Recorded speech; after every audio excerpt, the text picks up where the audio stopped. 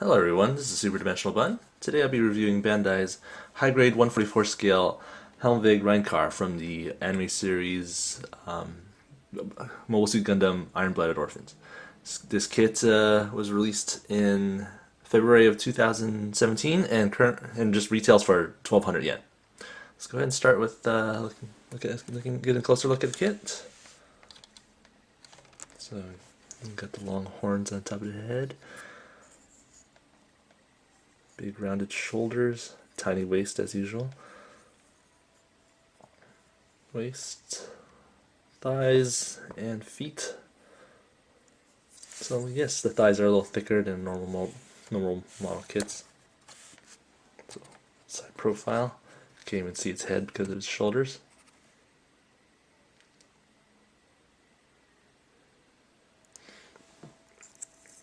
And then the back. So you have all these thrusters on the back side, which is pretty cool. You get the exposed inner frames on the back side. And the feet. Let's go ahead with the articulation. So we'll start with the head. First you got the horns that can move forward. Well, you probably see it better this way. Move forward, back.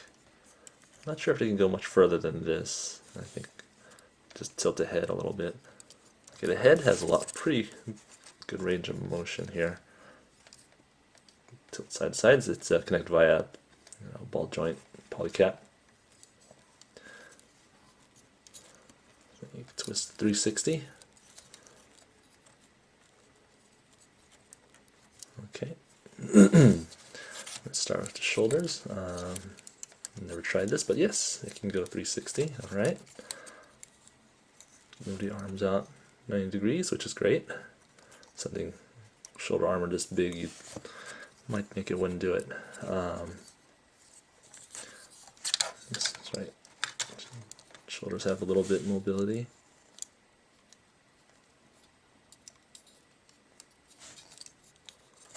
All right. So got that.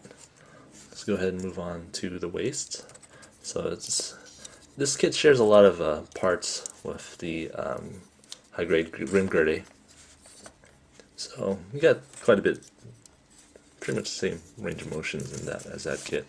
The waist can bend up and down. I guess mostly down.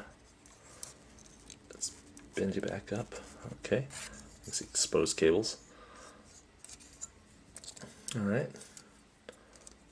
I guess here's something that Grimgirdy doesn't have, a backpack that can bend up and down. Kind of nice. Alright, now let's look at the legs. You can twist the legs. I wouldn't try 360, well maybe I will.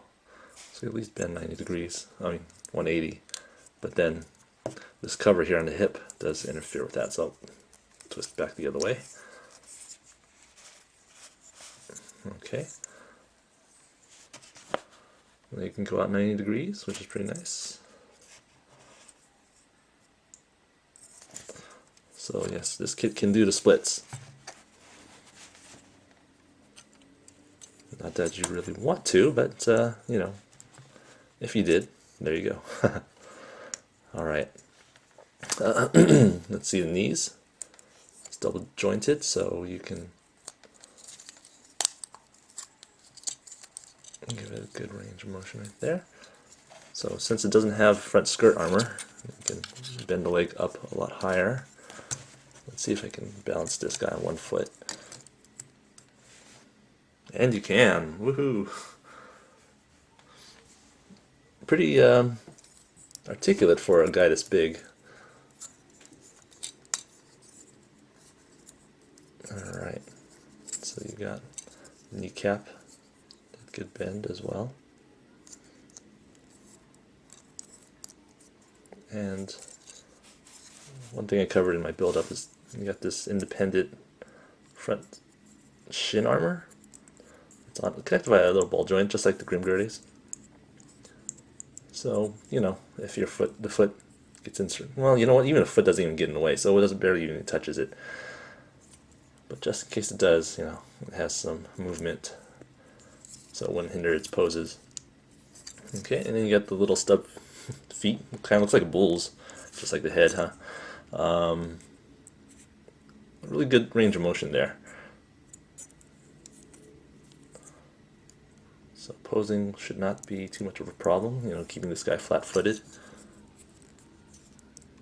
Except front and back motions might be a little hindered, but probably not. You got small feet, small enough to get in certain poses. Okay, I think that covers it for the articulation. Oh yeah, and you got these big flaps on his shoulders. So overall, pretty good.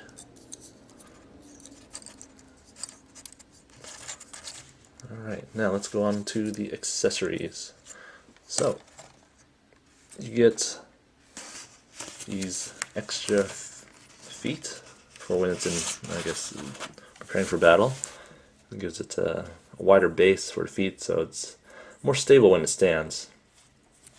Very simple pieces. They're hollow. Go ahead and just easily pop these off, and then just slap these on. Alright, just one peg, like so. If I can pull this one off. I pulled the whole foot off, alright. Let's go and just do that. Alright, so there's a little notch here on the bottom of this round peg just to guide you and I guess help prevent from the foot from twisting. Alright, let's go ahead and put this back in. Pretty much just slid right in.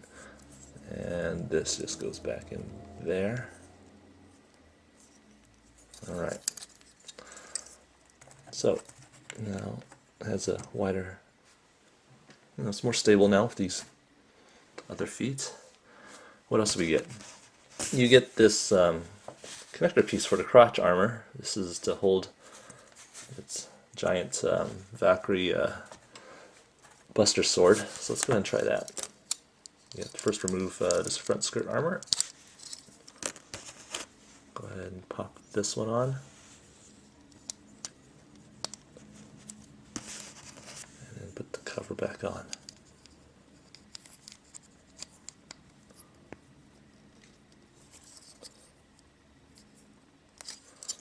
Okay, so it looks kind of weird. Like a droid is popping out of its crotch. Okay, well, now I've mentioned it long enough. Here is a giant Buster Sword, a Valkyrie Buster Sword. It's much bigger than the mobile suit itself, especially when you extend it. But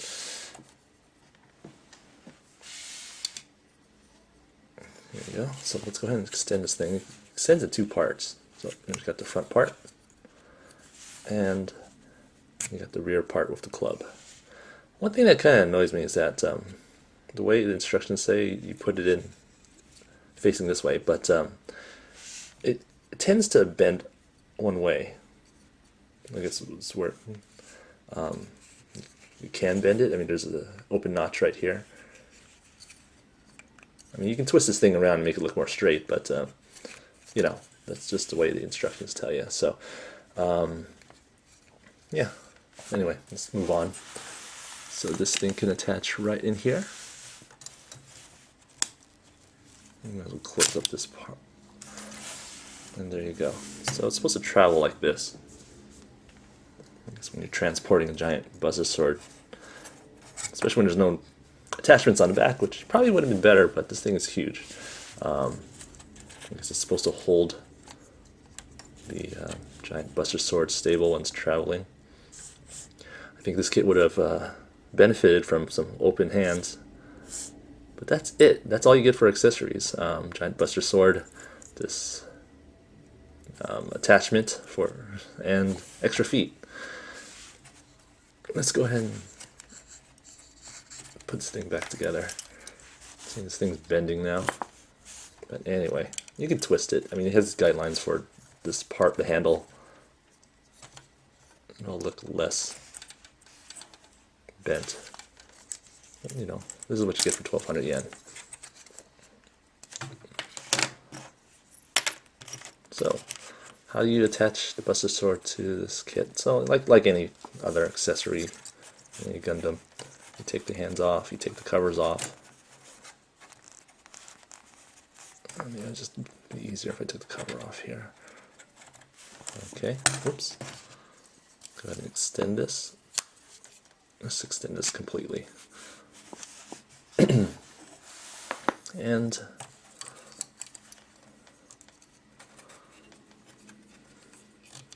let's go put it on. It's kind of stiff today. It kind of worries me sometimes because I've broken a hand that was too stiff once. Okay, you know, it fits into this hand pretty snugly. That's not a real word, but you get what I'm saying. Not a whole lot of room for twisting. Oh man, it feels pretty tight. Let's be a little more gentle here. So there's that problem. Let's have this thing twist. Okay. There you go.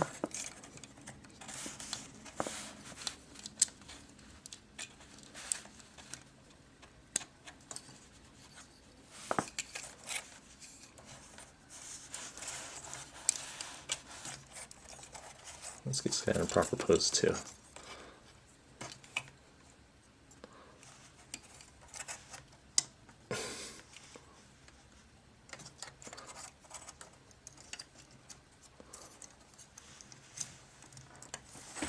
Yeah, I feel like I'm going to break something here. So, I mean, this kid has the strength to definitely hold the Buster Sword with one arm. You just got to position it so this whole thing doesn't topple over. Oops. Shoulder armor just popped off. Okay.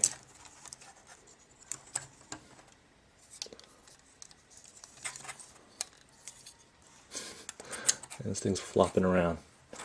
So, you can definitely hold it in two hands. I just can't seem to get it in a good pose right now. But let's go ahead and just take the two parts apart. So, one of the benefits of this weapon is that you can use it as two separate weapons. You got a club and the Buster Sword. Now, of course, you have not seen this in the anime yet. I'm hoping this guy will see more action. I've only, you know, other than just playing defense.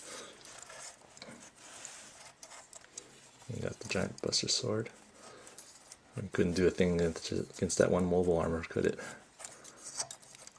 And you take the cover off the other hand. A lot of fiddling with this kid, I know.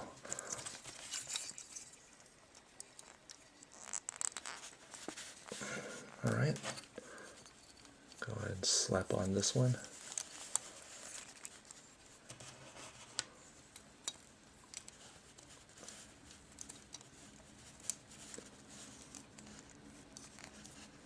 Put the cover back on. There you go.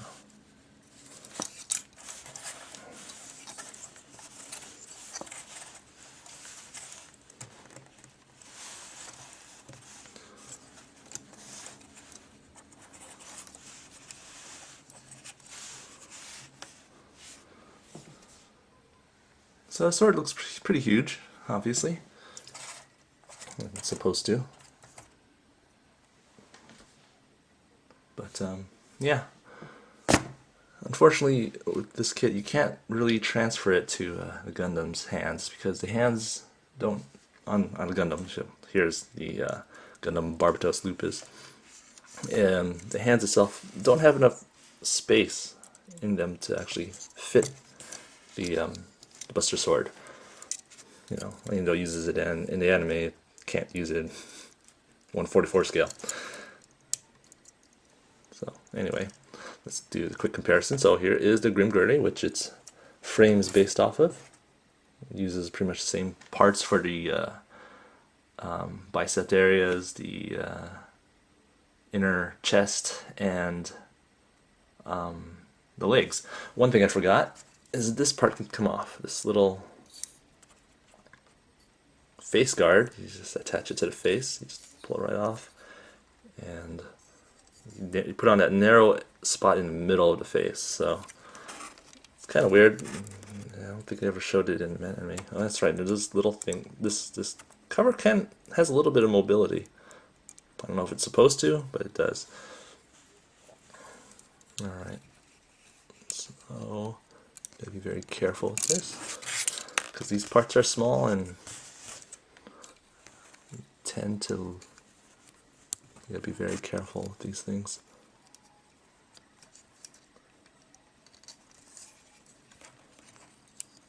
Alright. There you go. I don't really prefer it. It looks kind of weird. Alright, so I'm just going to put that back. I guess it's just supposed to guard the face and I guess the camera eye. I think it looks better just right where it is.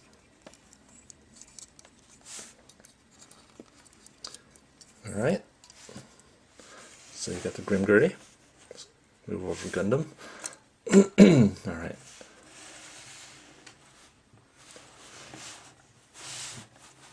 Side profile. Back. See the legs pretty much the same. Just different outer armor.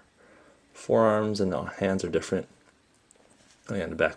I guess this one has movable thrusters. This one's a little different, but yeah. See these little holes on his arms? You could actually put the shields on, but I guess these side armor things would get in the way. So, okay, then you got the Grimgurdy.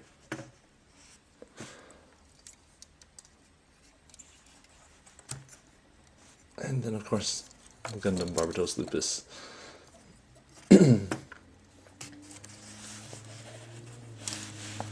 Sword's much bigger, obviously.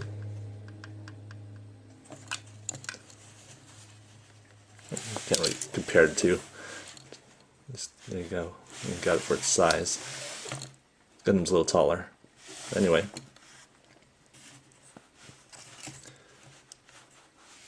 So, pros and cons of this kit. Well, let's start with the cons first.